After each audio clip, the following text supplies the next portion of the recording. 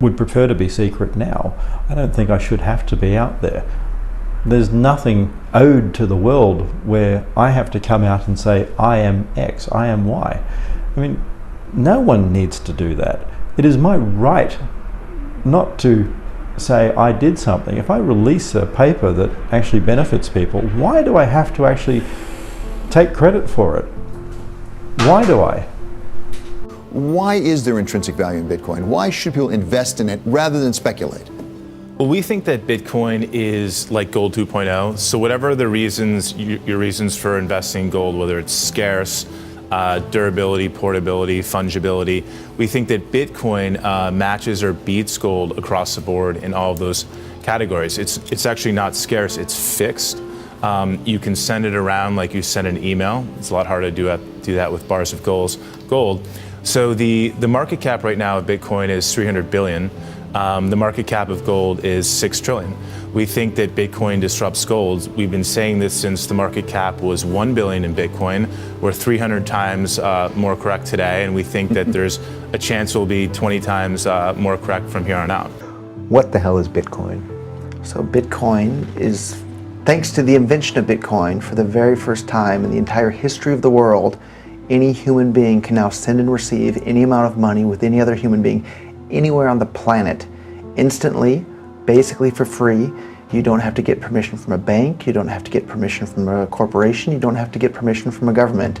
Not only do you not have to get their permission, it's impossible for any of those entities to stop it. So you can now send money from here in LA to Moscow instantly, just like that, for less than a penny. Here's the problem. It does not matter whether governments like Bitcoin or not, whether banks like Bitcoin or not. And I was on with Jamie Dimon when he was saying Bitcoin was a fraud. Well, it's clearly not.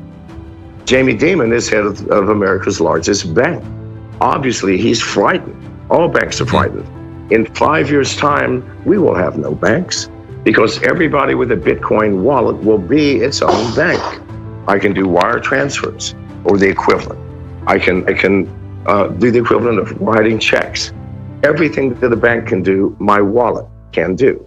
And this is the problem. Because it's not just about Bitcoin. You know, Bitcoin was an amazing experiment.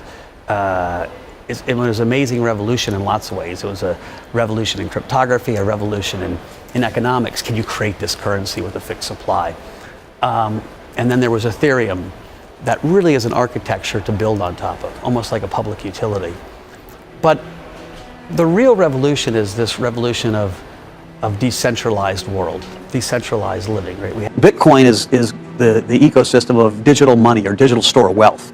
And it's really more digital store wealth or digital gold. Technical answer on Bitcoins is that Bitcoins is a remarkable cryptographic achievement. And the ability to create something which is not duplicable in the digital world has enormous value. And hard. Very hard, but it's incredibly useful for many, many computer applications.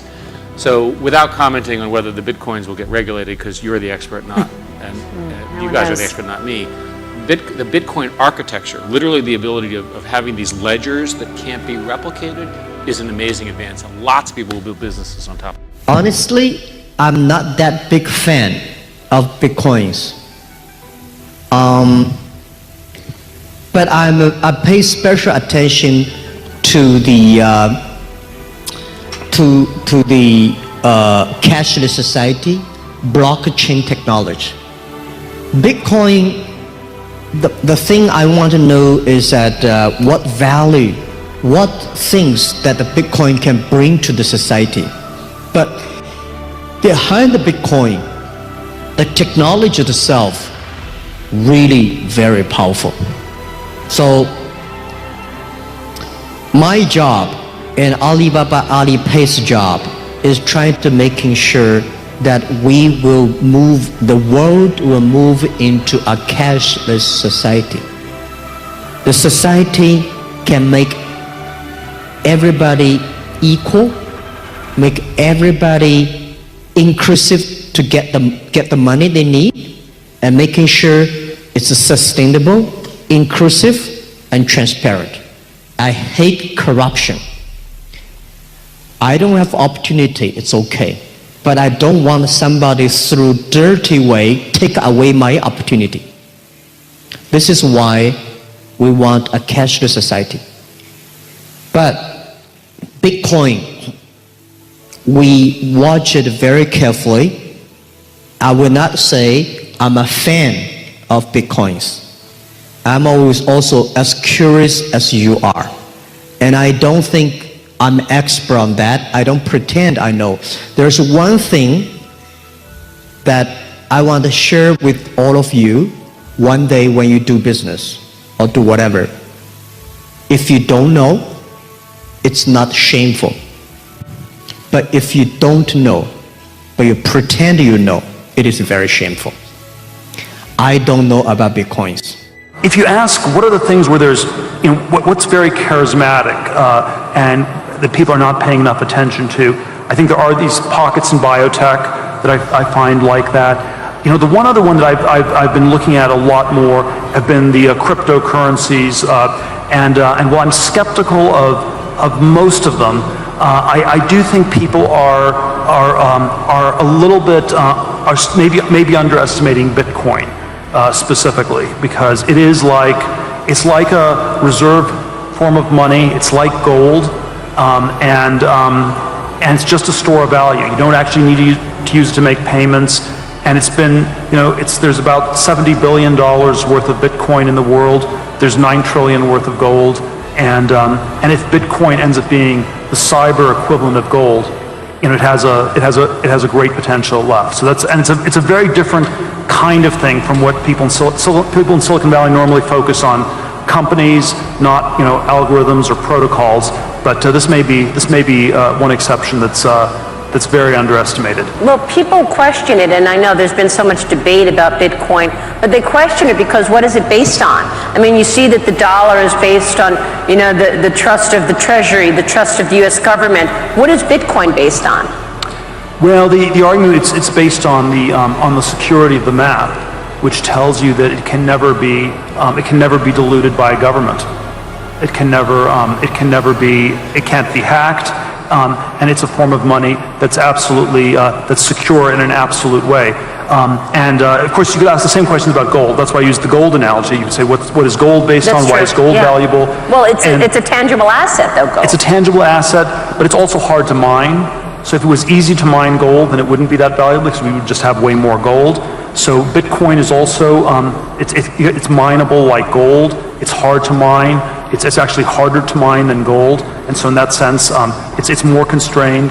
And so, yeah, there are a number of things that I think make it somewhat similar to gold. And then the question is just, does this become more widely? And it's anonymous, right? I mean, that's one of the beauties of it. You can be anonymous using Bitcoin. Yeah, it's half anonymous, half not. So it's again this intermediate thing. There's a question whether that's right or not, but it's a bearer instrument. So if you have the Bitcoin, if you know the key, you can go anywhere. Most of the time, most securities are registered, not bearer security. So it's a very unusual kind of a security. It's not a currency. I mean, it does not meet the test of a currency. I wouldn't be surprised if it's not around in 10 or 20 years. Why does it not meet the definition of a currency? Well, because people say, well, I'll sell you goods in Bitcoins, but they change the price of those every time the price of the dollar changes in relation to Bitcoin. They're pricing off the dollar. They could say, well, I'll sell it to you in barrels of oil, but if every time the price of oil changes, they change the number of barrels you have to have. That's not, your oil is not the currency. Let me ask you about Bitcoin. Okay. Bitcoin, people say the same thing. It's a store of value. You've got to have it diversified. The dollar's not safe. There are two purposes of a currency. Is it a medium of exchange? And is it a storehold of wealth? Those are the basic ingredients. Bitcoin is not an effective medium of exchange by and large. And if I have a Bitcoin, I want to go buy things. It's not easy to buy things with the Bitcoin. And in terms of a storehold of wealth more reflects, like gold, more reflects the opposite of what money is doing, right? And so you look at it, it's a storehold of wealth. Bitcoin is a speculative bubble, right? Its price is like a greater fool theory in terms of its price. If you say, what is its intrinsic value? If Bitcoin was made into a more effective medium of exchange, and also operated in terms of a storehold of wealth, not of the reflection of that volatility, it would be a viable instrument. It is, to me, a vehicle for speculation that's attracting people in, and it has all the classic ingredients of a bubble. People leveraging themselves up, and it doesn't have that same intrinsic value. Even the privacy value, okay, is suspicious. In other words, it has a purpose to some extent. If you're living in a country and you don't know your currency, whether it's going to be good or not, and you might try to hold that. But that thing you're holding is running around like crazy for reasons that you don't understand, and then so it's not going to be an effective storehold of wealth, and the privacy will be stress tested. In other words, governments are examining who is operating in their own clever ways of what that, and so you can't even assume that so it's going to be a privacy vehicle. So I don't see the effectiveness of Bitcoin. I could see cyber currencies and so on, but cryptocurrencies. But this is not what we're having. It's a possibility that I think has been captured as a speculative vehicle that's in the middle of a bubble.